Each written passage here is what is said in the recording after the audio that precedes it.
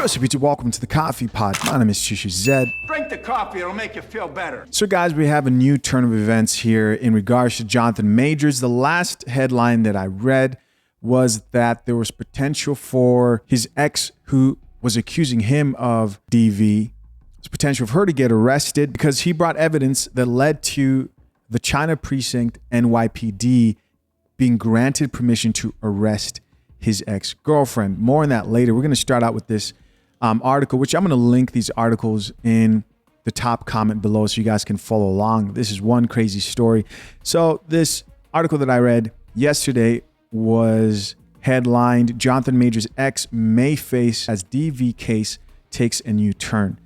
And you guys can go read that and what was presented, because we have some new turn of events here. Basically, the NYPD was provided with enough evidence to arrest Grace Jabari, who is Jonathan Majors' ex-girlfriend, who's accusing him of the charges. And guys, I'm going to read a little bit of this article real quick here. It says, in the latest plot twist in a domestic DV case that has jolted Hollywood, the NYPD now seeks to arrest the ex-girlfriend of Marvel star Jonathan Majors and charge her with assaulting actor, Insider has learned. Acting on an assault complaint filed last week by Majors and the first reported by Insider. Okay, so the NYPD has issued what is called a probable cause I card, right? Or investigation card for the London-based woman Grace Jabari. According to people with knowledge of the investigation and a copy of the document reviewed by Insider. The electronic document authorizes police to arrest Jabari on suspicion of third-degree assault if she returns to the U.S. And what they saw and the proof that was provided was enough for them to arrest her, but they wanted to bring her in to question her. However, the new update is she has been issued an incident card, which is different from them arresting her, of course, and they did not issue the arrest warrant. So the incident card basically means she was called in for questioning, and then everything was revoked after that. And where we stand now is they're basically saying this whole case is ongoing.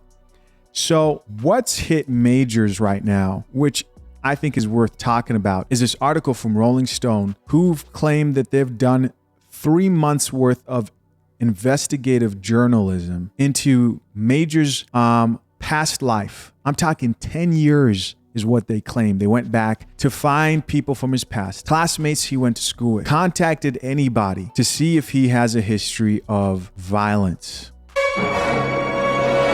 That's what everybody's talking right now. And they've claimed that they've found a whole lot on Jonathan Majors. And it shouldn't surprise you that Rolling Stones also released an article on Johnny Depp in 2018 called The Trouble with Johnny Depp. Multi-million-dollar lawsuit, a haze of booze and hash, a marriage gone very wrong, and a lifestyle he can't afford inside the trails of Johnny Depp. And they have him here looking crazy on the photo. So you already know how Rolling Stones rolls when it comes to these Me Too movements. And it's just crazy to me that you have all these companies who will capitalize on an opportunity to get a man locked up, accused, will peer into the background of the man, not the woman, but of the man, to see if there's any history of quote unquote violence. Just imagine that, man. They go back into your life. They contact old classmates who probably hate on you now because you're rich and famous, exes who you've dated, anybody who will give them a morsel of hope so that they could be part of taking down the evil man who they believe you may be or these people may be. This is just insane, man. It's crazy. As always, I'm curious to know what you guys may think. Leave your comments down below. What do you think of this turn of events and how things are going so far for Jonathan Majors? And if you guys would like me to keep up with the story, I will. Comment down below. Till next time, I'm out. Peace.